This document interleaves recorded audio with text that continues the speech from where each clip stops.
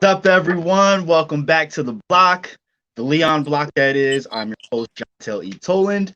Thank you for tuning back in. And now we have a special guest, Rich Brown. Here, Knowledge is Soul. Of course, be great. On September 6th of last year, Brown was attacked by police in his own home. And seeing the ordeal on my phone, um, and hearing it and that fact that it took place in my own town, um, my hometown, it felt like I had to do something about it. And the toll that interactions police have had on black men are not talked about as much as they should. I feel like I made a lifelong friend with Rick, and the connections that we made from that ordeal. I would like to say that I hope um, and I think it did inspire you to be more aware of mental health issues and help, other fellow black men realize these things and work through these things as well. So yeah, I just wanted to give a little intro to how I met Rich, but welcome to the Leon Block, Rich Brown. Finally, we were supposed to do this episode a minute ago, but as life happens, things happened, and we had to play it by ear. But everything happens for a reason. Uh, Heather from Columbus, Ohio says, "Hello, Rich." Yes, thank you for tuning in, Heather. I did an episode with her a few days ago. Hi, Uh, Heather. was a pretty dope episode. Yeah. She's a big activist in her area. Okay. Um, and now you are a big activist here in Pennsylvania. Um, just tell everyone a little bit about yourself, how we met, if you want to reiterate or what have you, but just give a little precursor to yourself. Sure, that's fine. So, I'm a young, uh, goal-oriented guy from Philadelphia. Um, a college graduate. Um, Decent background in behavioral health, work experience in behavioral health. Um, I've experienced a lot of different traumas, um, from police brutality, being targeted by police, being discriminated against when applying for jobs and things like that. So I think that those are major important things in my life. So those are the things that I'm focusing on now on changing or helping to bring change in those areas, so that other people wouldn't experience the things that I experienced. Right now, I do work in behavioral health as well. So the skills that you uniquely have, uh, I don't think are. I mean, they're obviously not unique to you. There are a lot of other people that work in behavioral health, especially people of color. But not all of those people are as involved or aware of things as you are. What would you say to people who do work in the same sphere as you, to get them to encourage more youth to be mindful of their feelings or understanding that like they're going through something bad? Well, I mean, the key to youth is having a relationship with them, and I think that um, youth experience. I mean, there's a lot of things that they're going to experience on the outside world. I can say this to that. There's a lot of things that they're going to experience on the outside world, outside of their home. Um, they're not going to. A lot of families that I'm experienced with don't have decent connections or relationships with the people in their home, and so um, that starts a trauma when they're experiencing stuff outside of that home. Those are the things that they're going to be. Their life is going to start to create around. You know what I mean? And it's not gonna they're not gonna be like the people around them in their home. They're gonna be like the people that they're around outside their home. And so, you just gotta be create a relationship with the person. Adult or child, it doesn't matter. Create a relationship with them, um, and be able to figure out what what what they're experiencing, what's in their mind. You know what I mean? What they're thinking. That's how you help people.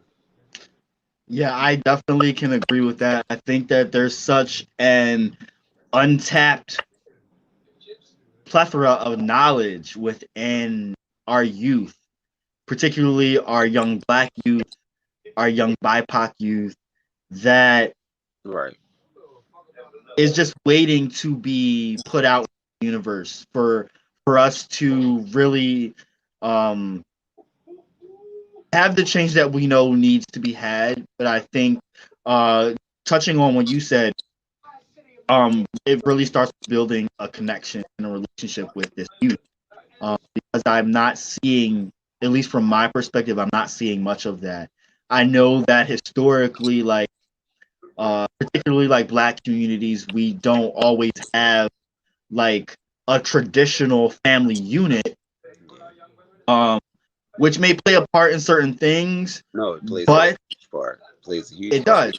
You're It not getting definitely does. raised by both sides. You know what I mean? It's a deep disconnection there. You're learning things on the outside.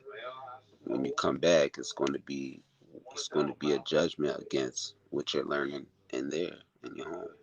I will say like even though I was raised by a single mother, like I had a whole family. I had two uncles, grandparents that were there to help raise me. You know what I mean? But it still would have been nice to like get raised or have some tips from my father.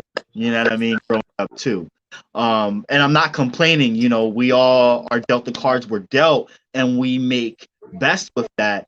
And forge ahead. But it does not mean that we should not be afforded the same opportunities as others and find ways to uh, weed out the things that keep us from having good mental health.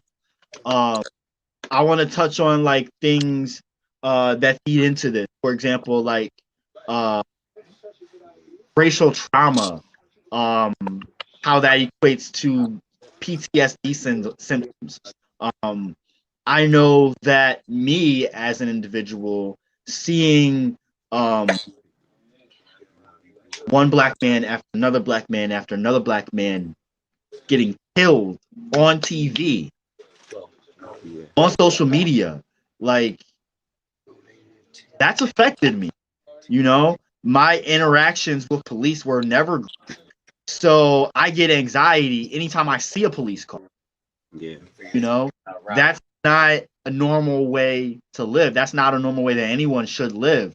But for us as a community, I don't even think it's something that we really have up until like the past year or so really have given too much of a thought about. We just assume it's like life for us, and that's not how things should be.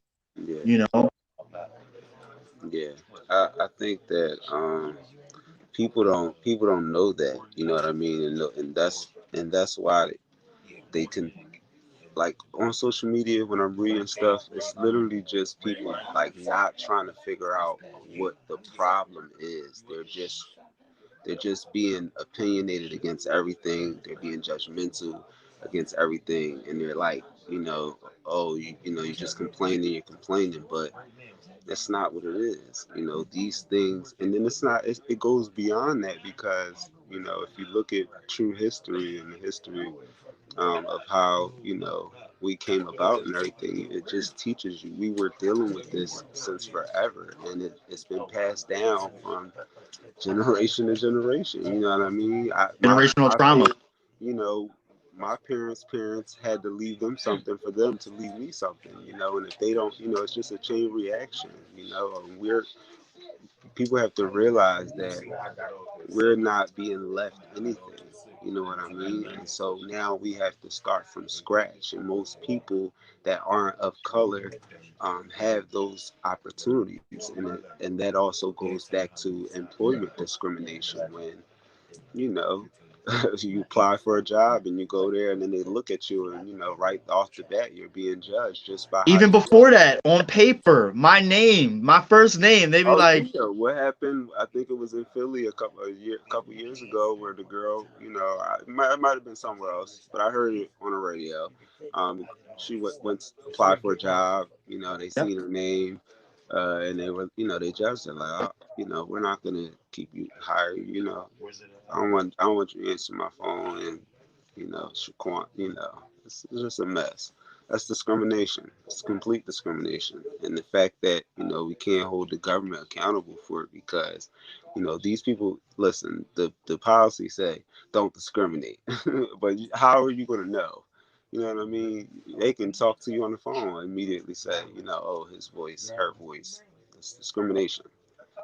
And it starts with that. And I think that um, a goal of mine would be to get people to push back against the employers. That they're the ones, or not even push back, just somebody has to go in there, somebody has to explain this, because clearly, and it's just somebody has to explain to them, you know what I mean? Somebody has to explain this like how I'm explaining it to you, Yeah, and get them yeah, to understand yeah. what they're doing wrong, or how to better, because then the retention rate would be down, or they would be being more, creating policies that are actually going to keep employees there. You know what I mean? And right now, the major one is the pay rate because it's not enough. It's not enough. There's some comments on here. Shay says, so proud of both of you. Yes, by the way, I'm Yeah, proud of you. I miss Like, Shay. Oh, two handsome and intelligent men talking that realness. Appreciate you, so appreciate you. Arden says hello. Um, what's up, Hunt? yes, yes. We are judged by our names. There's specific discrimination over that, Yes. and that's clear. And it's not even just with black sounding names. We know it's with Latinx sounding names too, Asian sounding names. Yes. Um, there's discrimination based off of stereotypes with every group, and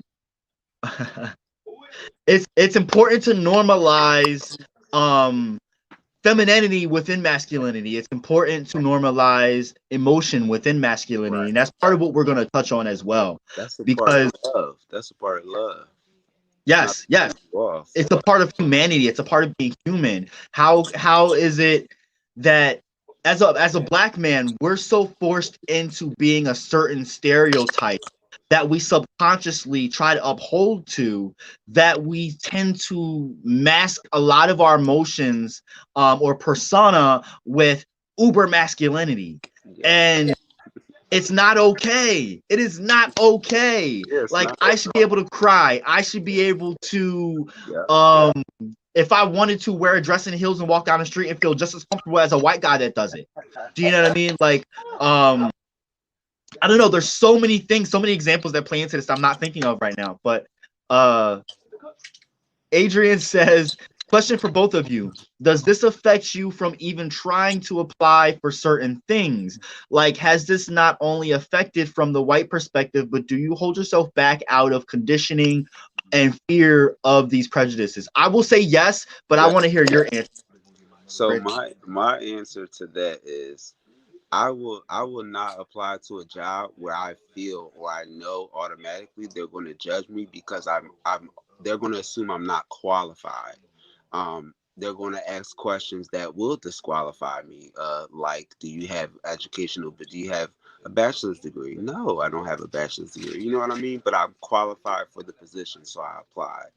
Um, and another answer to that is it is specific. When you go to these decent jobs where, or I'm sorry, I would say a job where you're going to get a certain amount of money because that's how much you can live off of. You apply to that job and you go to that job and you're not qualified. they've discriminated against you because of something. You went there, maybe they didn't like what you said, maybe they didn't like how you talk, but you would know, you feel, you pay attention to everything when you're in that interview because you want to know if that person's going to hire you. So that's what's in your head. So you're paying attention to everything. So you should be able to understand and pinpoint if they're discriminating against you. But with that being said, lack of discrimination leads to an unsaid intimidation, right? Because if we see We're a going to company with communicate. all white people and they come off a little far right, Hmm. why would we even bother applying to that company? We're going to look for somewhere that at least has that one token black or Latinx person, and we're more inclined to apply for that job, knowing that someone in there it can speak or We vouch have for a us better that chance. we're a good person, you know? We have a better chance of going to a temp agency where it's all white people and getting employed than going to the actual job and working under the white person that's going to pay us the decent amount of money. Yep. It's just that I don't know what it is. Well, we know that corporations are giving they're on the conservative side. They're giving their money to the conservatives. The conservatives are not for us. They're not for doing anything for people, and people need to sit back and understand that. But when it comes to a black man, think about how that and I'm not really digging into gender roles here, but just think about it because a lot of black men with the uber masculinity issues feel like they always have to provide, right? But if you're being discriminated and just on that one end, not even thinking about all the other discrimination you may face, like say you're trying to vie for that better job and you got to face that discrimination, but you're a bus driver and you've got to face discrimination on a regular basis driving that bus. Do you know what I mean? Racial discrimination. So, like a lot of these things, it's like we're being bombarded on multiple angles, levels of everyday life that do play a big part on how we condition ourselves to think and handle ourselves in public and on social media, um, in different aspects of life. We tend to fold into a certain mold based off of making sure we're not seen too aggressive, but also not too soft, but also stern, but also not too shy. Like we have to be within a certain box, but then we see a lot of our counterparts being all these other things. Think about how that affects our mental health as well. You know what I mean? So like when people just break, then they want to shoot us. Yeah, it's just a lot of things that are going through your head that are affecting you. You know what I mean? Like, you thinking about things that are going to help you progress your life all the time, and you're thinking about things that's going to help you get through whatever you're going through. And if you don't have anything to do that, and a lot of people, when they're out on the street or whatever the case may be, they want to take because they're trying to survive. You know what I mean? And people that are not on the street, people who have a home, they're going through it, and they're not going to use money to buy things that's going to help them because they're never going to be able to get through that debt. They don't have enough money, so they have to use their money to survive, and things that are going to help them get through that depression or vulnerability, they're going to spend that money to satisfy themselves. That's just how it works. That's actually something I want to touch back on in a second. Jumping back to the name discrimination. I didn't know this. Shay's real name is Shalee. I actually grew up with a girl named Shalee. We were like playmates growing up, so that's crazy. My bio name is Shalee, and no one can say it, so I just go by Shay. So I felt that names are important, and if you don't know how to say someone's name, the best thing to do is ask. That's so Yes, I key. would never say someone. Sorry to cut you off. I would never say No, you're good. someone's name without, asking them first. Especially when you're in a professional area like a business or something like that, you want to make sure, that you communicate that. Excuse me, what did you say your name was again? That's all it takes. That is Just say not a bad thing to thought. ask. It's not offensive. Yeah, you think about what you're gonna say before you say it. Thank you. Yeah, comments. Heather said the stereotypes are so incorrect for black men. It's Adrian said break that. I'm sorry. It's comments. It's comments. What was you gonna say? Give a black man some money and he gonna turn it into something. It's always how it works. That's super facts Don't right give there. me a little bit of money, give me enough money so I can turn it into something. I like what Adrian's saying. Break that mindset. Do not let the prisons of their conditions be the prison of your minds, kings. No way. You can judge me all you want. That's not me. Yes, yes. That's another thing I want to touch on too, is that we always are fed with the stereotype that we're supposed to be a certain way. So when people meet us or greet us, they're not expecting us to be well spoken, to articulate our words a certain way. They're not expected for us to have any degrees. They're not expected for us to do anything but be a fuckboy. Excuse my language, but that's what they're expecting, right? When they see a black man. But when they hear that we're this and we're that, we're that, and all these great things, I'm sure you know the face. Like they give this, oh, well, I can speak to you. Oh, well, I can be kind to you because no, like you should have did that right off the bat. Like, Yeah. you know what I mean? Like, I digress. Yeah.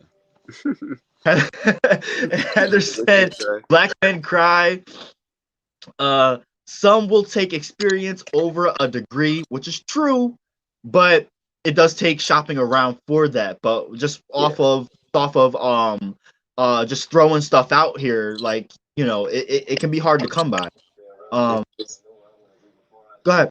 it's just the idea that you have to look on at all these different opportunities and only range yourself in a certain category because you know you're not going to qualify for this other category.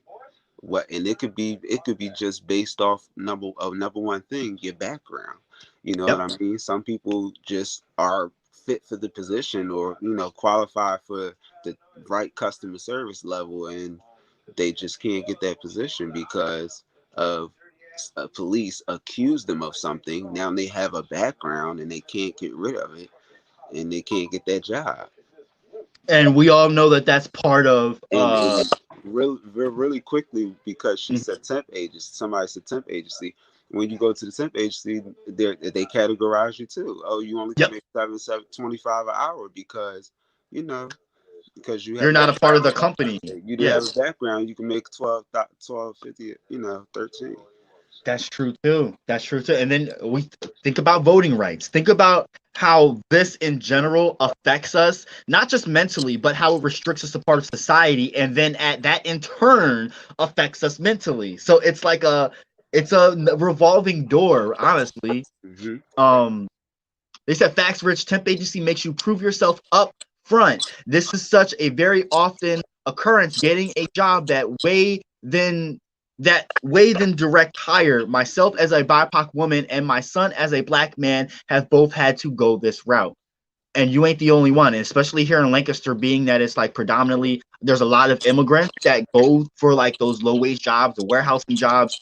Um, And they you stay there. see a They they stay stay there and they stay with the temp agency and won't get hired on and get those full benefits. They can, but they're not told about it. And they're seeing whites and even blacks like me getting in and getting these jobs and getting full benefits and getting paid like $5, $6, $7, $8 more than them when they've been there for 5, 6 years and don't understand why, because no one's telling them that they can apply straight to the company. People That's dedicated to their discrimination. jobs. People dedicated to them jobs, and they treat them like anything. Not paying them well, overworking them, shortening their breaks, Yes. splitting their Yes. breaks up. Oh, good question. Shay says, can we talk about sensuality, sensitive nature, and mental health of the black man and how that ties together? Yes. All right. So I want to touch on like, okay, so we've seen artists, black artists within the past few years. What's the one? Little Nas X just came out. He came out the closet, and even before he came out the closet, his outfits were a little risque, right? Um, People rang him out. But when Harry Styles from what was he from One Direction, right? Can wear a dress and no one bats an eye. He's white. Um, Um, Black men are so thoroughly criticized over anything remotely feminine. Think But about how that affects. Go ahead. it's not what was taught in the house. A lot of homes don't teach that. It's some people like You're right. people that don't have a full family. It all depends on who you have as a parent growing up. You know what I mean? And who's around you. I can agree with that. Think about like I don't know about you. I was raised by a single mother, so like it was always because you don't have that father around. I need to like keep that masculine like backing underneath you as much as possible to make sure you turn out to be a good man or something like that. Like I understand it, I do, but at the same time, I think You don't need your it's not up to a woman to teach a man how to be a man. So like I'm not arguing, you know, but But see, a lot of people. That's a whole nother topic. A lot of people, it's not always just what goes on. I mean, you could be touched or anything by family members. You know what I mean? That changes people, or people say they're born that way, whatever the case may be. But it's just it's not even that. Just if you grew up around masculinity and stuff like that, or something wasn't accepted in your house, you try to portray that way. And a lot of people that do stay that way, or they're just they're sensitive, they're oversensitive to different things, and some things just not accepted to them, or people that they want to be accepted by. So they stick to an agenda that's not theirs. see, for me personally, it was um having access to so many different environments, whether it be super masculine or super feminine. I had the encouragement to always have a thirst for knowledge. And because I had that thirst for knowledge and that innate curiosity to question everything, personally, me, I always questioned everything. Not anyone else influencing me or saying you can, it's okay to be gay, because that was never what I was told when I was young. I literally went against the grain with my family and came out. But for me, it was just the way that I personally saw society. But seeing other people, and like everyone reacts to things differently, right? Um, but overall, us as a community having a lack of a lot of us having a lack of um, fatherhood for most of our childhood does have an effect on not only that child, but how the mother um, treats the child as far as like upbringing. And I think when it comes to um, being sensitive, personally, I think that that has a big part to play in it. Like for me, growing up, um, my Growing up mother tried to be very say that, just growing up with a woman, your mom. That's where you get it from. but and it's not putting for me. It's sorry, that's not for everybody though. It's right. just a different. It's a million different scenarios, man. If not more. It could be anything. For me, I think if it wasn't for my grandparents, um, really instilling the curiosity bug, I don't think I would be um, the way that I am now, as far as like my comfortability with my Yeah. myself, as far as masculine, feminine, whatever. Um, but I think when it comes to like I've been Can in I ask a question then? go Because ahead. just so we can get off that topic, but let me ask you a question. Okay, because if people wasn't judgmental, if people just let everybody be themselves, then we wouldn't have to talk about this, right? And so we have to talk about it because people do not feel comfortable. Right, But the only way to for people not to feel comfortable is for everybody to just accept it, and the only way to accept it is to talk about it. Just right, like we talk about Black Lives Matter, just like we talk about any of the issues that Black people face or anybody face, we have to talk about it. Some people don't want to talk about racial inequality, racial injustice, racial inequity. Some people do. Why? Because it's important. It matters. So So with my question, sensuality my, and my with question is, my question is, so with you, you know what I mean? How do you feel about, you know, the level of judgment? Like, you know what I mean? How do you feel about being judged? Like, do you feel like you are judged? Do you feel like, you know, you said you're comfortable now, but before you weren't comfortable? But what was that judgment that was there that prevented you from being fully comfortable? If you are fully comfortable, because some people say they're comfortable and still, you know. right. So you mean like in my past, like my upbringing, Yeah, because uh, that's how you ignore it. That's how you build patience for it to ignore it. You know what I mean? And growing up, I would hear things like, um, stop acting like that, or you don't want to be uh the F word, da da da da. The feeling that I got from hearing such remarks is what let me know that something was wrong with what they were saying, yeah, not that what they were saying was true or that it should be true. I felt like it was something that was wrong with them, not me. So that's what kind of sparked to make me question um the validity of it, and really start thinking about like who I was inside at a young age, like what was actually me and what people were throwing on me. That makes sense? yeah. So, and I feel the same way about that.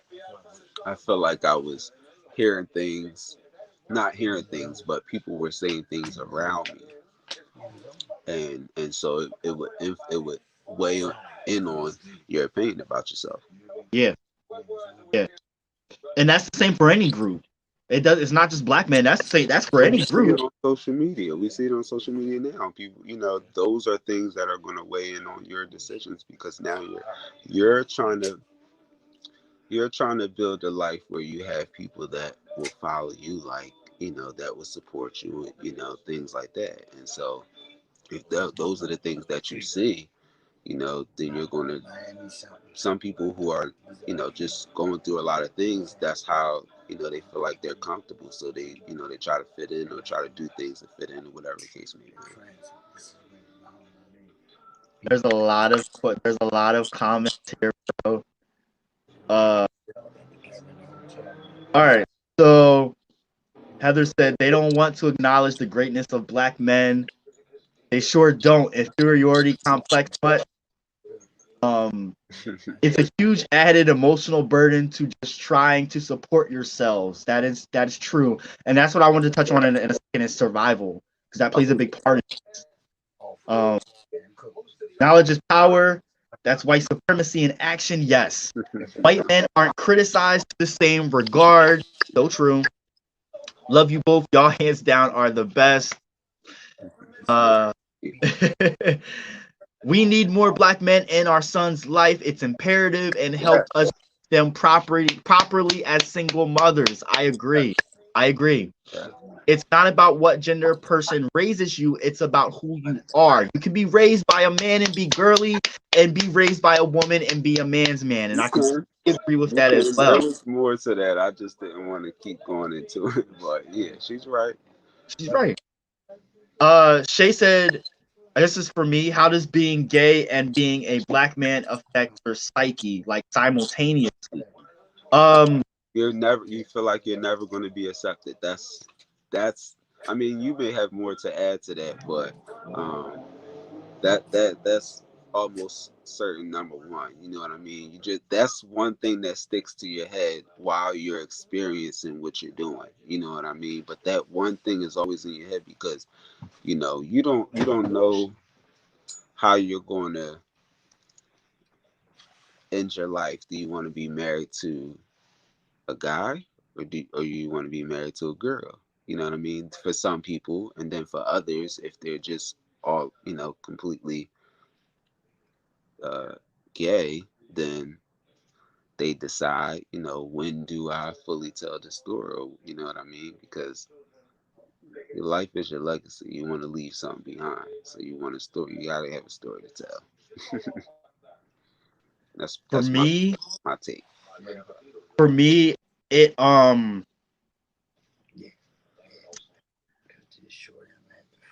I've come to separate the two and compartmentalize them. Yeah. Um, but they obviously still tie together. Like one thing that ties them together and that did play a big part in affecting my self-esteem was earlier in my 20s. Um, I was a part of certain things that uh, made me highly commoditized as a black man, BBC and that whole nine. So like people constantly looked at me for one thing only, and that wasn't just in the LGBTQ community; it was in the straight community too. So like being a pansexual male, like I got this from both sides, and it left me feeling like no one wanted me for me. No one wanted me for my heart, my mind, my soul, um, any of that. They just wanted me for a piece of my body. And so, um, in that aspect, it definitely affected my self-esteem. But as far as like oppression goes and how it affected me mentally, um, it's something that I share with so many other people that I don't think about how it affects my psyche much because I know that it's affecting all of us at in some capacity. It's affecting all of us together. It's not something that's unique to me. There are many other black gay men out there. So I know that I'm not the only one that's dealing with this. I can take some kind of solace in that. But in individual situations that I go through, like being commoditized by a certain person, saying, making me feel like they only want me for my what I can offer them sexually, that is something unique to me that affects me in that situation, um, which does affect my self-esteem. Um, as far as anything else that affects me simultaneously between being gay and being black, is not anything that I think really affects me mentally too much that I can think of right off of the top of my head. But we know that to not be true. There are tons of studies and um, articles, which I'll be posting a couple of them in the chat here, that touch on a lot of things that contribute to traumatizing situations or psyches for people of intersectional marginalized communities. Uh, you got something to touch on that, Rich? So, not really. I mean, all of it is self-explanatory. Um, I mean, I'm sure people understand. I mean, people that's watching understand, but for the people that's not watching, it's just a part of not being judged. It's something that you have to understand. This is people's life. And if they know about it, you don't. In order to learn, and that's how you make history. You ask those people. Those people tell you. And then you talk about it. It has to be understood. See, I I mean, think that's the most important thing is just opening up and talking. Like even just this right here, a simple conversation concerning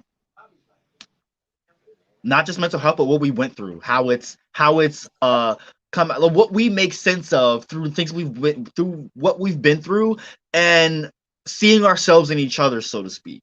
Um, like I know for me, like I was molested at a young age. I've been through different things because of that, but it also definitely affected how I went into my preteen years, sexual acts, and then up into my younger adult years in sexual acts. And it had an effect on my self-esteem. It had an effect on me and my happiness from the time that I was molested all the way up until I had problems with depression and still do. Um, and so that compounded with just being a black person in general, um, little do we know, but being a black person and being bombarded and confronted with systemic racism on a regular basis does give us PTSD and some type of depression, whether we want to admit it or not. And we know that our community specifically don't like to always touch on mental health issues or even acknowledge it, but we do know this to be true. Um, I wanted to touch on a little excerpt that I found here, and I will put in the article. It's about like racial trauma, causes, symptoms, and how to cope, and talking about like structural racism and whatnot. So there's a secret depression that is rooted in economics and that many black men battle. It is hidden underneath an assortment of layers, including an exaggerated bravado, drug and alcohol abuse, misdirected anger, and other forms of destructive behavior. The sociological risk factors for depression are fairly well known: income, poverty, employment, childhood trauma. But for black men and women, these factors are rooted in the greater lived experience of being black in the United States. A lot of our black people's depression comes from our situation as a people. Black people living in the US are subject to greater levels of factors that drive depression, such as poverty and violence. Um, Black youth are exposed to poverty and violence that sow the seeds for anxiety, depression, and post traumatic stress disorder later in life. And I think you combine that with the added stigma and persecution that you may face from other people within the black community if you happen to be LGBTQIA plus, even if you're not out. Like I wasn't always out. I came out when I was 12, but before that, I was still getting bullied for people just assuming that I was gay. Yeah. And then you always have to deal with like I was poor, so I had to deal with being bullied for not having good clothes all the time, and like all kinds of different things that came with it. It's, I mean, I have no tolerance for any type of violence against another person or just judgment against another person. It's just out of my character. In this day and age, I think growing up being bullied made me realize like I don't want my kids to be bullied, and if they are, I want to give them the confidence to be able to speak their mind, stand up for themselves, and not ever feel discouraged or dissuaded by someone that's trying to bully them. Like they can try to bully my kids, but they're not going to. Put it that way. You know what I mean? Um, I want to embolden them with passion and self pride Yeah. in being black, and also whatever their orientation might be. I don't care what it is, you know.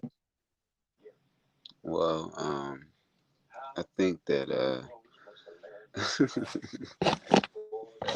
you just got to find ways to cope, find ways to um, think about other things. You know, there's a lot of things that can prevent that, though. You know what I mean? It's very hard, especially when you're going through financial things. Or you don't really have a stable roof over your head. You know, some Yeah, people are in true danger.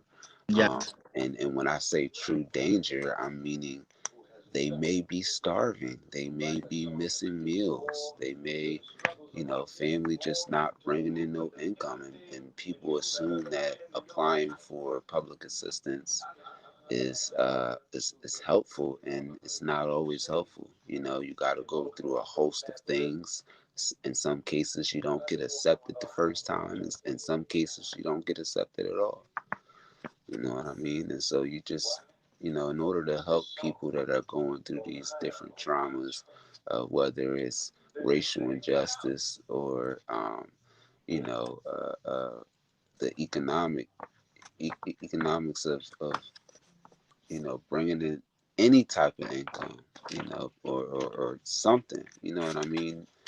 Come on, no cash, no cash assistance, only food assistance. You know what I mean? Now I can only buy food. How many people live in the house? 16. Oh man, you know what I mean? These people are going to need to be given some type of reparations in order to get through that trauma. You know what I mean? But I just think that people need to be more friendlier because that'll help. You know what I mean? These people that go through things, they don't meet friendly people in the outside world, and so that's not going to help them be more open to speaking about the things that they're going through in order to help them. It's not going to make them ask for help. And some people just need just a little bit of help, but the ones who need major help, those are the ones that I care about. But those are the ones that aren't communicating or asking anybody for help. So I want to ask you, what what do you say to white people who understand the barriers that people of multiple intersections face, but also especially black men face when it comes to um combating the obstacles that affect our mental health? How can they help us, or help our youth to better instill some encouragement, or help them to come out of that strife, to play their part as Americans, and like take race out of that, but just to help another person within American community? I mean, it starts with it could be anything, it could be a gift, just saying hello, a greeting, just be more friendlier. A lot of people are not into learning about life. You know what I mean? So I was never this person. I was never into politics or talking about politics. I was never going out to rallies or nothing like that. And so you had to learn, you had to be educated. And when you just open up your eyes and, explore things and try to understand, like life is more than, just us going out every day and or I'm going to the store to buy something to eat. Yeah, buy something to eat. That's what we did when we were kids. You know what I mean? When you go up to an age where you're 18, you gotta, you might have to start supporting yourself soon. Anything can happen. You don't know when God is going to call your parents home or whoever your caretaker is, and so you have to be able to um, understand life. And that was one thing that really woke me up. I thought about that. I said, do I really want to keep going and playing around and having fun and all, you know what I mean? Or do I really, my goal in life was to help people, and to help struggling people who are really struggling. Any type of money that I had, I would give it to anybody that was struggling. You know what I mean? And so if I was to become rich today with $200 million, I'm gonna find a group to give it to. You know what I mean? And So you have to have that type of mindset. That I'm mindset not to telling. want to understand life. What about the white person that lives in the middle of nowhere in a really rural area, doesn't know anyone black, but they want to help someone black? Like, Well, the first thing I mean, if they're not on social media, then I don't know what to tell them. If they not on, because that's where everything is at now. It's technology is what has taken over, and so yes, if they not on social media, they gonna have to go into the city. Maybe they kids, people that's black, or they're gonna have to look. If they watch TV, they can look up any type of anything how to support black people and stuff, and I'm sure they can see stuff on Google. But I encourage that. I would encourage people to do that because that's important. The black community is really hurting now, and right now we're hurting more than ever before because of this president. And it seems like, and I just, not to get into politics, but it seems like every time we get a Republican president, this is a problem. And so I'm not speaking to the white people that are Democrats or the people that are living in these areas where they know what's going on. I'm speaking to the all red states where there's predominantly Republican people who are voting for this man. They have to understand. They have to be able to look at what we're going through and be able to understand it. And if people don't understand it, they're never going to be in a position to understand how to help us. They're going to say that we're complaining. They're going to create these stereotypes. They're going to do things like that. I think one thing that could really help with that is like really jumping back in and restarting like prison pen pals. And in linking up the most unexpected pairs and having black men tell the white counterparts their story. We have that though. We have that. I know we have that, but it's not I, on a large scale. it's You know not. what I'm And what I'm saying is, but that's what you start with, right?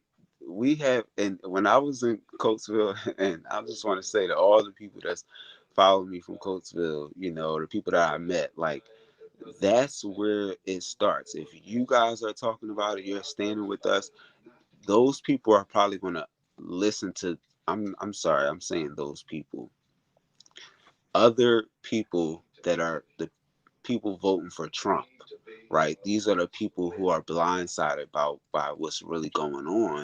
And so when you have a group of people like the people that are with us, other white people that are with us and standing with us in solidarity, they have to be the ones to help explain this because they're the ones that are going to be most trusted to get that message across. And so I like to see more and more people on social media who are white, who are protesting Black Lives Matter or promoting Black Lives Matter. It really, really creates this unity message, and it's heartfelt. I love seeing it every time I wake up and I see Shay Ellis post something or Rebecca post something. It just is so encouraging, and it makes me know that even though the people that are judging me for being the person that I am and understanding what's going on and wanting to be a part of this, right? Those people are going to judge me. I know there's some people that's going to judge me. I know because I'm not the person I used to be, right? I understand that. And so those people, at least I know for their sake, they're going to be okay because of people like Rebecca. They're going to be okay because of people like Shay Ellis. Those people are standing up for my generation behind and so forth. You know what I mean? And I appreciate that. And we need more of that. We need more people that aren't us because honestly, we just sometimes we're suffering so bad that we're not going to give you that push. And I know a lot of people say, well, why ain't black people up here with us, or why ain't black? I mean, We too busy surviving. for real. No, seriously, We can barely survive. Like, cut us a break. No, I feel you though. I agree. that's the number one thing. That's it. You know what I Yeah. mean? You just, but I appreciate. I wanted to make sure I pointed that out because I repost their stuff all the time. I see it. It's encouraging, and it really sends this message that we're really actually together. 80 million people voted for Joe Biden. That just goes to show you that people are unified. People understand. You know what I mean? Nobody wants a you know a president that's going to be inciting violence and stuff like that. That's not how we live. You know, Honestly, I know we're a little off topic here, but we got other parts to. This is just part one, well, so this is we a are going part to of touch on this is a this a part of little more. mental But health, but we can get back to the main thing. But yeah, no, no, you good, you good. We those are got the like we only final. got a few minutes left anyway. But I wanted to say like about this new administration, like I will give it to him. Did you see all those executive orders he signed the other day? I actually I seen a couple, but today I read that it was 30. I didn't know it was 30, so I was going through. All I heard was 17. It's That's the 30. last I heard. CNN reported 30, and when I was going on there to read what they were, it gives you a little more in depth of, instead of you trying to figure out, because I know one of them, it was supposed to be about racial uh, equality or something like that. He wrote, and it was the one that it was like the third or fourth one he did back when he first got inaugurated, and he signed it. So I was trying to figure out what was the scope of that one, but when I seen it was 30, I started going through it and I was reading what they actually were saying. It goes, it's a little more in depth, and you can understand what he's trying to target, and it actually feels like the things that we're asking to change and he's doing. He's that I'm like, okay, he's following through. He's doing what he's supposed to do. That's what he said. A lot of people ain't gonna like it, but a few people is they only a few people because like I said, 80 million people voted blue. So That's right. now what I'm seeing on social media is people encouraging other people to keep going, keep protesting, keep sending the message out. This is the administration that we have to hold accountable, because this is what they promised to do. And so if they're going to be for us, then we have to make sure that. And so this is the time where we have to stand up and keep going. Don't stop, and bring people along this time. Don't leave nobody behind. We can't leave nobody behind. We need everybody to keep coming out and keep getting people to understand what's going on. You know, People are really suffering, and I might look like I said. I always might look okay, but you never know what I'm going through. You know what I mean? It's just like that. And that you can apply that to any black man in America.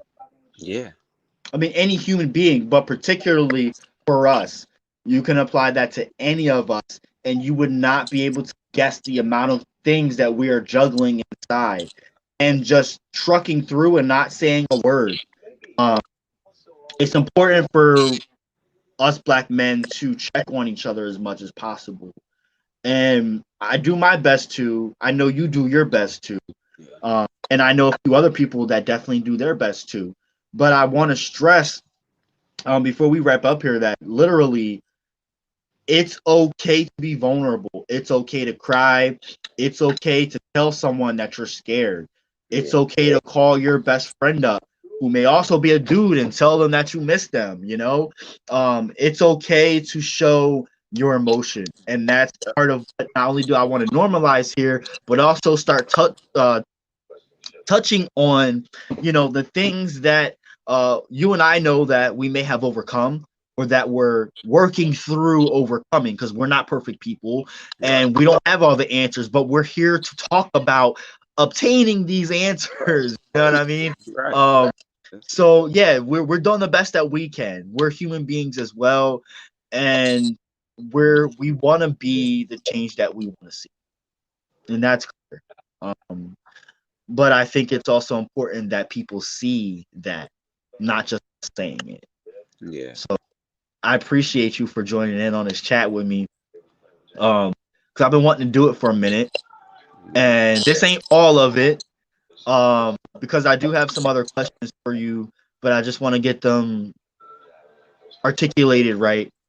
Um, and then a couple other topics that we did touch on and skim through tonight that we can have a whole discussion about. You already know. yeah. Um, so we'll definitely get into that as well. Um, I think the main thing right now is getting everybody to free their minds. The mental you know capacity is just not that high. We just got to really control it, and make sure there's a lot of positive things in there and not negative ones. you're right. And also truthful information. Now that Being we live in a honest. world of disinformation, we have to be very mindful that a lot of people uh, just ain't with it. They don't understand stuff, and it's yeah, the world that we live in. yeah, that and I, on my way home, I was thinking about talking about boycotting. You know what I mean? And the reason why I say that is, people have to be held accountable, and it seems like the only way to do that now is by taking away their money, their profits, and things like that for the bigger folks. I'm not talking about the little fish. I'm talking about the big fish. People who Yeah. are in positions to control what we do. We need to hold them accountable. It's no time to stop. It's no time to, we need to put effort. As soon as we take our foot off the gas, that's when everything falls back. Like last year, we was all out on the streets, and then as soon as things started changing and people started falling back, and the pressure went away. So you know what I mean? It's just not even just on Black Lives Matter tip, but just in general, as far as us making progress as a people, Yeah, we definitely need to put pressure back on the pedal again. yeah. Um, Bree said, "Say it again. Take their money or execution." That's it. Cancel season, just like they said. Yes, Republicans cancel are season. scared to be canceled. Yesterday, well, now we're gonna call since y'all want to label it, then yeah, it's cancel season. Guess what? Yeah, We're gonna cancel you. You don't want to work for the American people, then you need to go. It's time that people stop suffering. It's time that America stand up and show what it truly can do. It's supposed to be the richest country in the nation, or richest, most powerful country. Supposedly. Then they need to show it. You know what I mean? There's no reason why people still suffering. All these public assistance programs is not helping, because clearly we see that. People keep saying go apply, go apply. It's not helping. It don't help people. It was meant to, but I think that it's overutilized and utilized by some of the You wrong know, people, because utilize. the people that it was meant to help aren't the largest recipients of those programs. Right. And You so it know, messes up for the people who really needs it. And then when the people who really needs to get it, it's limited to so oh, much. because Oh, it's a problem. We're not supposed to have that much stuff for ourselves. Like, come on. They forcing us to do the things that we do because we need the help. So yeah, don't talk yeah. about us when we go and do it. You know what I mean? Don't talk about us when we go and do it. You told me to go get a job. I looked for a job, and guess what? The employer discriminated against me because my name was Watermelon Ladrea. You know what I Look, mean? full circle right there. Full Come circle. I on, like that. come on. That's how it goes. That is a system. It's a system that needs to be broken. If you want us to do something with our lives, give us something so we can be able to do it. Because we can't do it with nothing. Y'all didn't do it with nothing. And another thing that black people need to realize, if I may say very quickly, we need to be able to go out and do what we need to do. Go out and do what we need to do. Don't limit Without yourself. Don't, we need to stop giving them a reason to label us, because some of us are actually doing that. Take accountability as well, and go out and do what you need to do. You know, or the Constitution helps us in such a way. We just keep winning. Every time a Republican mess something up, the Democrats win and they try to fix it. Right, here we go again, round two. After the Great Recession, here we go again, round two. Let's see what happened. But this time, we have to keep going, because I don't want to be back in no deep depression. No, I feel like when Biden became president, everything changed in the environment. Everything changed outside. oh yeah. People are so friendly. I'm like, wow, what is this? Y'all was never so friendly to me before. I work in an area where I can't afford to live at. You know what I mean? That's another Right, that's right. another fucked up thing right there. Excuse my language, but come on, it's ridiculous. You know what I mean? I moved to Coatesville and was only there 6 months. I had to move back out. Why? Because I was racially profiled. You know, I was new to the area. I was another fish they can try to fry. Nine Why charges. I moved, Come on, unfortunately. So, come on. Somebody tag Coatesville police. Nine charges. Come on, y'all are ridiculous. Nine charges.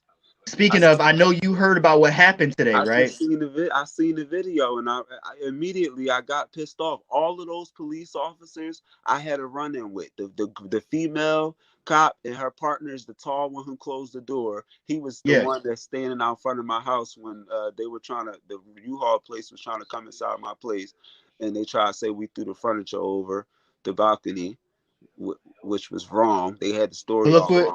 look what And Bree then said, and he beat them all. the girl cop, she was talking smack. I told her to mind her damn business, go buy the kids some ice cream or something. She using our tax dollars to stand around. How about you go over there and buy them some ice cream?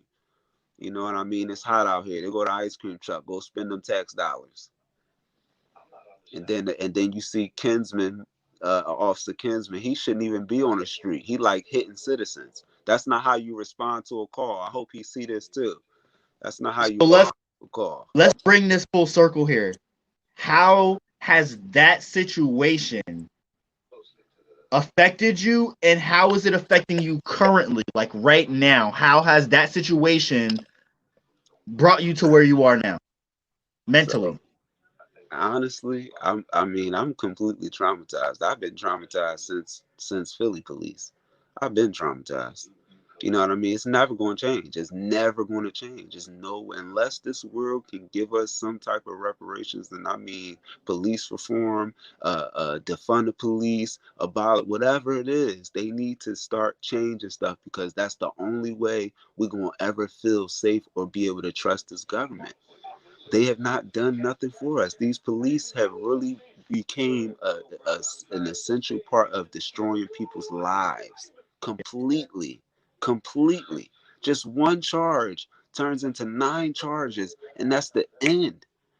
And you can go in there and tell the truth. You could go in there and tell a lie. Hell, in some courts, places like Coatesville, you tell a lie or tell the truth, you still gonna get what you get.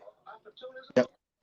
And so the police need to understand that okay, it's better ways you can get the criminals if you actually use the technology that you have to help the people who need the help, the communities and stuff like that. Start building these relationships.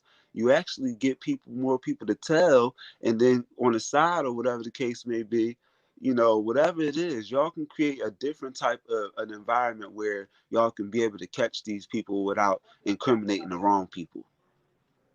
And that's the one batch. The other batch is the racial ones who just can't get past their patriotic way of of Ronald Reagan time or whatever, wherever they Can got their I racial stuff from. can I I ask don't you, understand that. We live in a diverse world. Why do we still have race? Why is that even in existence? Why are we even telling our race on the ID? It don't make no sense. It don't matter. I'm a human would being. it would it be fair to say that you have become obviously biased towards police? That's a given before the Coastville incident, but has this made you bitter since that situation? I am no. Thanks for The being only thing thanks I for being want, honest. the only thing I want is change. I Right. would never walk into a police station by myself. I'm scared. But Okay. the reason I say this, I the can reason I watch say a this is video. because I can watch imagine, a video on social media and be traumatized immediately from that oh yeah, because I know how it feels. It sends my body chills in my body. Like yeah. I get so I emotional. can't watch that video. I won't because of how it makes me feel. So I can imagine how it makes you feel. But okay, so you got the lucky end of things, right? You got off and you're not hurt. Think about the people that have been uh Jacob Blake is paralyzed. Think Hmm. about how traumatized he is. If this happened to you and you are only bitter at the very least, think about how many things have happened to so many Suicide. other black men, and they're more than bitter. They want to fuck shit up, Suicide. excuse my language, but they literally want to mess things up completely. And you wonder why so many black men, you walk down the street, you see a black man with a mean mug on. Think about what they're enduring. Think about what they've went through before you laid eyes on them. White woman, white man. That's who I'm talking to when I'm saying this, because you can't judge a book by its cover, but you also have to sympathize and understand. If you understood that all you've experienced and that you've seen with black people being executed by police all throughout 2020, if you understand what we just a smidgen of what we go through as black men, understand now, by way of Rich's situation, just a piece of the bitterness that one must feel going just a bit over the edge of what his situation was, and seeing what the other possibilities of situations could be on the further extreme end of things, and understand how traumatized those black men may feel. And think about how someone can be falsely accused of rape and be put in prison for 20 years, i.e., this guy who just got out last year when it was snowing in Philly, got out. Thank goodness there's a organization that helps people that were wrongfully convicted but are still sitting in prison, even though we all know that they were wrongfully convicted, but no one's doing anything about it. Right. Well, he got out after serving 20 years of his life that he will never get back because someone accused him of something he had no part in whatsoever. He was actually the person that was there saving her. Did they give him a But do you settlement? think, Did they huh? give him a settlement? I think they did. Okay, good. I think they did. Okay, good. That's it. We need a settlement. We need a check. It's ridiculous. I Oh, should be and able then to live Artist the said, rest of my life think about free. the children. Oh, Think about how that affected his kids. Think oh, about how that sets the cycle forward, you they know? are now traumatized completely. They're everything they do, they're going to think about if they're going to get falsely accused of something. Just like the It's a girl ripple in the effect. hotel accusing the boy of the phone, and then she want to act all apologetic in the video, talking about some hush. What if that was a black mom? She would have got bashed in her face. You Yep. that you don't disrespect your elders. Why would you Yep. do that? This lady trying to help you. You done chase this boy around and traumatize that boy. Her mom is crying Yeah. on live TV asking for justice. You know what I mean? Like, that's ridiculous. And it's sad that we got to keep going on TV asking for justice or going on social media asking for justice. Why isn't it justice? We have this law and order system. Why isn't it justice? Kids are being traumatized from that.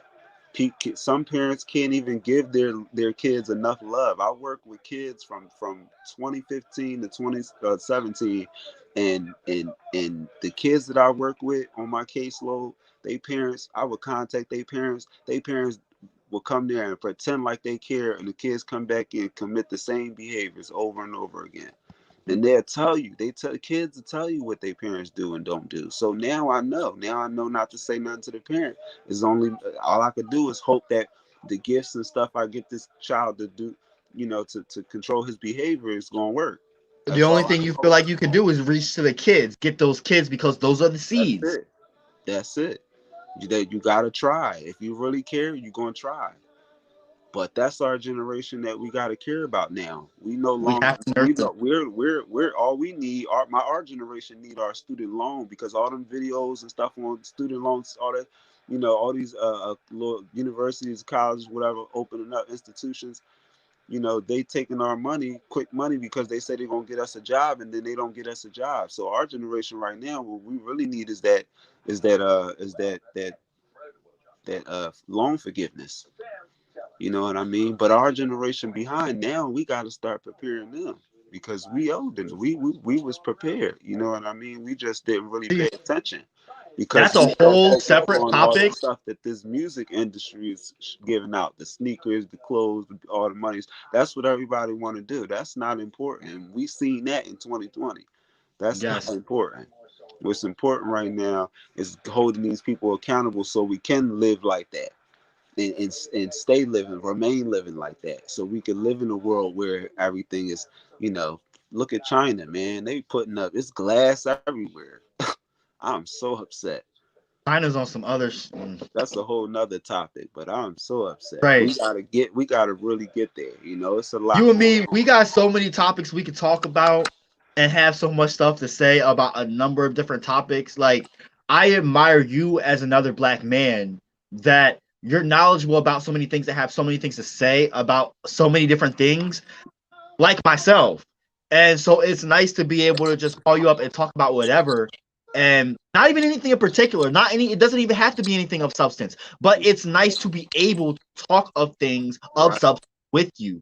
I right. want to be able to I wish have the we same could kind do of that with conversation all our with brothers. so many other black men as well, of different ages, backgrounds, of different environments. You know what I mean? So like, eventually we're gonna have to start up something like maybe a Facebook group at the very least, where it's just all black men, and we and from all different types of black, uh, different black environments.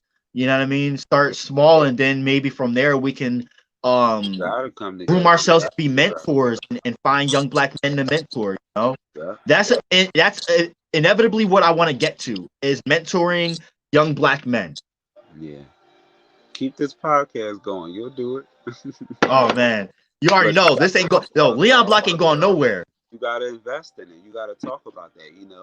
That gotta be the main topic because I'm not saying that's what you gotta talk about in your show, but as far as like your goal in life, you gotta make that Yeah, your thing. And then when you do, you talk about it. You know what I mean? And then you'll have more experience in it, and people will trust you. People come to you for your advice, your help, or whatever the case may be. But that's how you create an organization where your organization can work for people. You know what I mean? But people are going to eventually look up to it. So don't stop what you're doing. That's my advice, because people will look up to it, and they'll accept it. And they'll start to run with it because it will become natural. Everybody don't start big; they start small. You know yeah. what I mean? And so don't ever give up hope.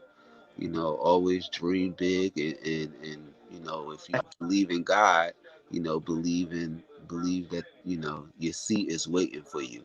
You know what I mean? Nobody can take that seat from you but you. You know what I mean? If you let them, so don't give them your energy. Don't give them your attention. If you know that whoever about to call that phone is going to be a negative phone call, don't answer.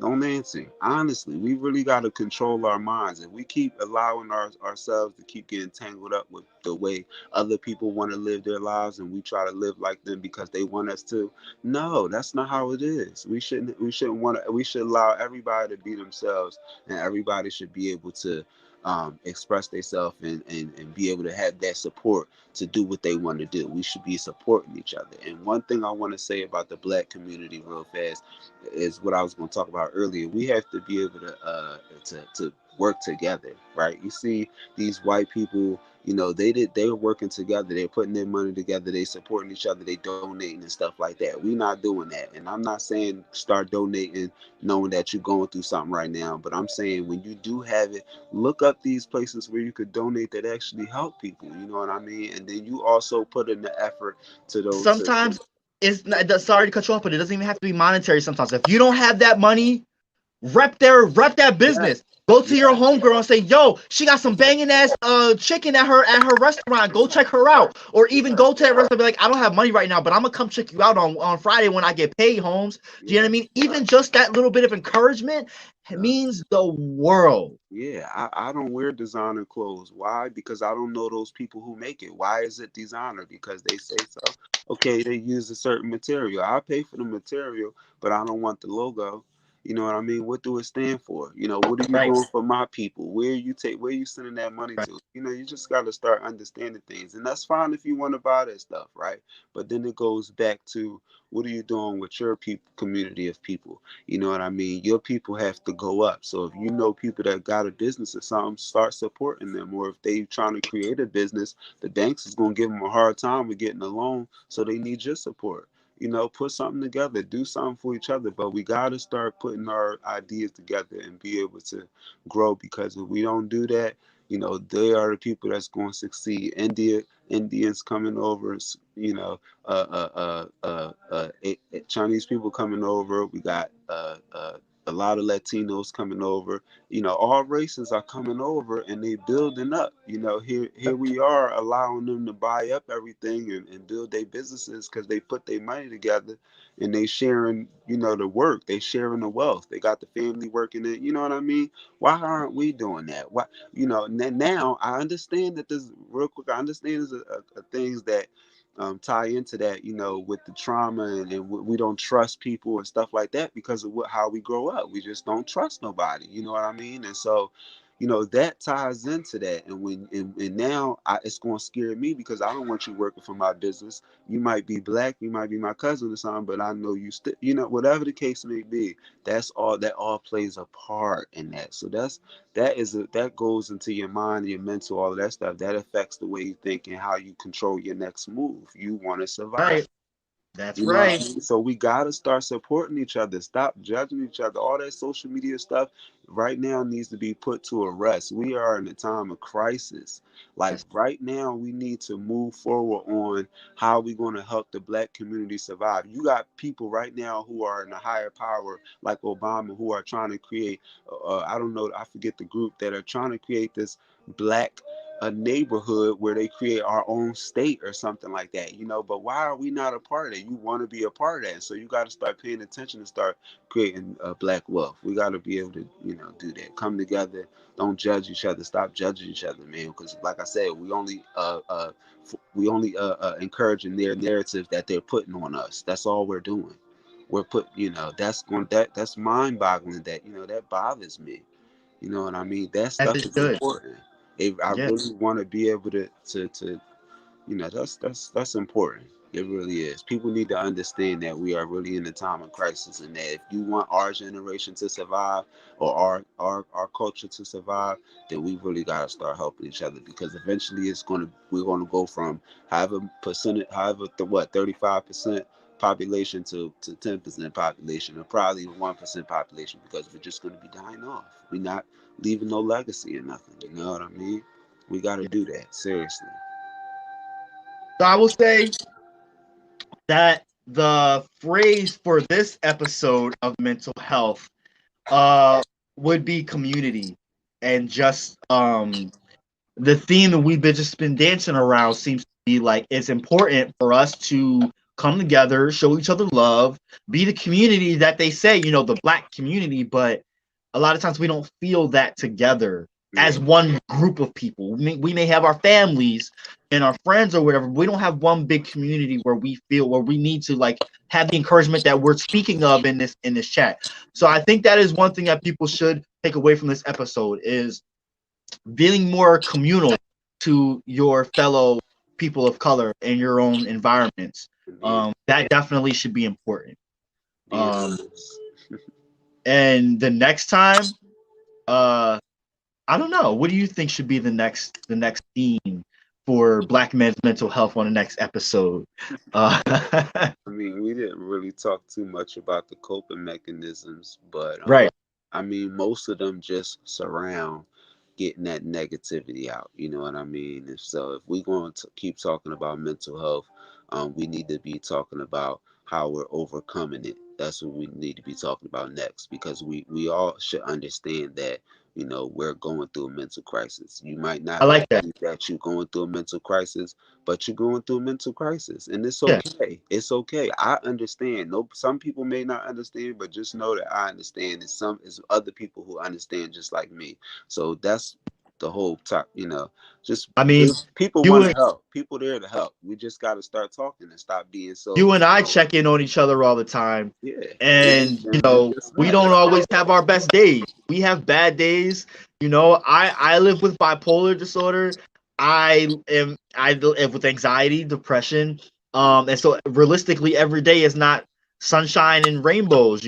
But being honest with those facts and reaching out to people and being honest with people, especially other black men, definitely does help Yep.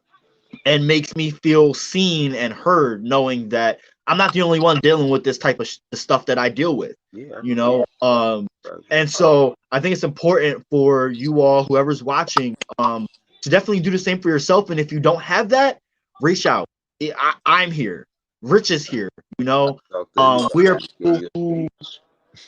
yes, we're here. you Fine. know, We, and that's what we want to stress. Like this is all love. yeah. Um, Yeah, that's what yeah, it surrounds. We really got to push that narrative around. Like, we got to start loving each other. We got to, stick together. You know what I mean? Because if we keep judging each other, it's not going to work. We're going to be angry all the time. We're going to be judging each other all the time. We're not going to be making the right decisions.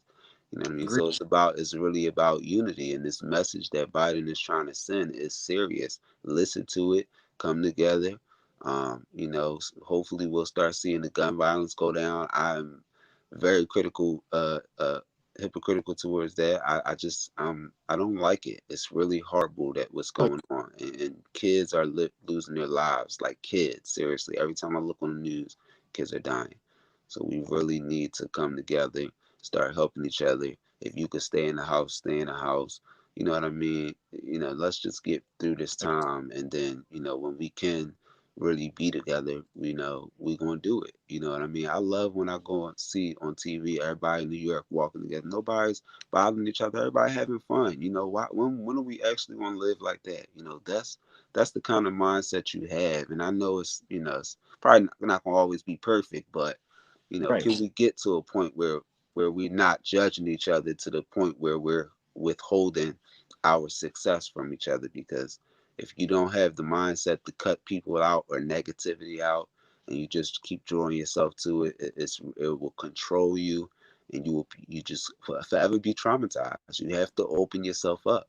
You do find the help. If you can get help, find it. You get it for free, find it. If you get medical insurance, they'll probably allow you to get see a medical professional or a therapist for a discounted charge, or maybe for free. You know what I mean? That'll be inside the medical insurance.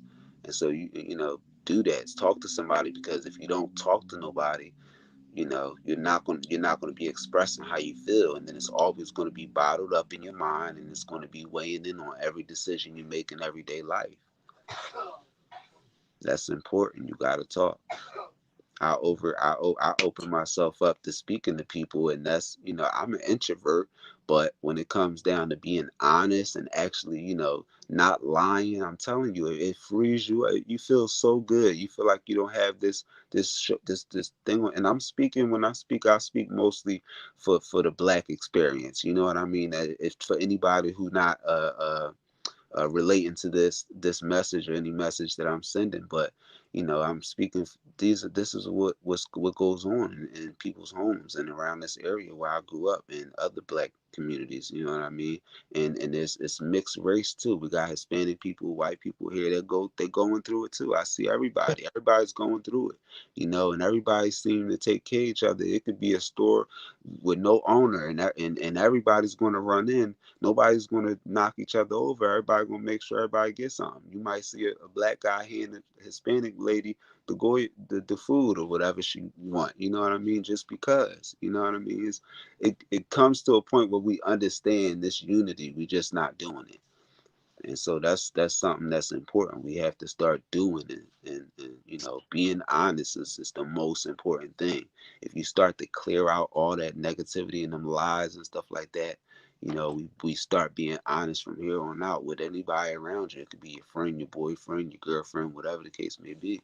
But if you're being honest, it's no reason to ever lie.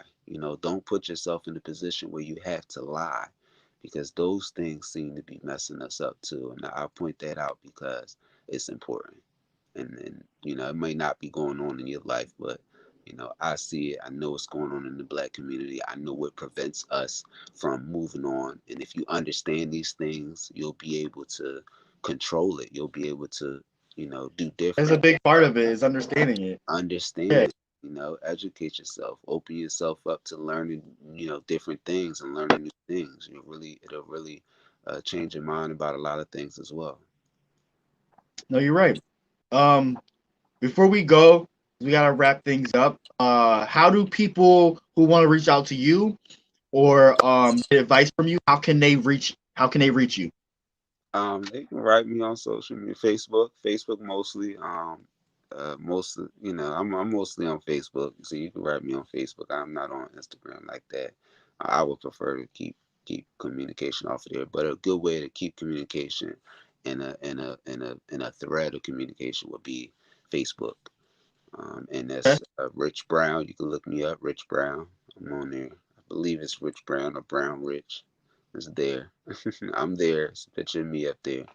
Orange suit. Yes, I will actually add a link to your profile when the video's up as well. Oh, I'm And sorry. I'm sorry not to cut you off. My Twitter too. I'm on Twitter now. Catch up with Rich at Catch up with Rich. You can see me on there. It's mostly there you political. go. But that's where I put my Black Lives Matter stuff and my updates about what's going on daily within politics. Speaking of, the Leon Block now has a Twitter page. I gotta find you Yes, you do. Catch up because with Rich. And when I I'm say not catch up Twitter with Rich, savvy. when I say catch up with Rich, I mean really catch up, like the word catch up, like the red ketchup. Yeah, Catch up with Rich. So yeah. Okay, I'm gonna I'm gonna find you give me a because logo. I Catch up. need someone to help me guide me through Twitter because I don't know how to do this. I'm trying to I'm get on new all the to it. platforms.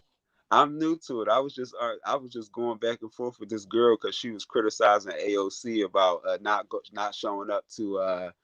She didn't want to show up to the inauguration. She stayed on. She went to the strike or whatever. And I'm like, how you criticizing her for her opinion on her safety, and she chose to go to the strike and voice and help people voice their or exercise their First Amendment right. You know what I mean?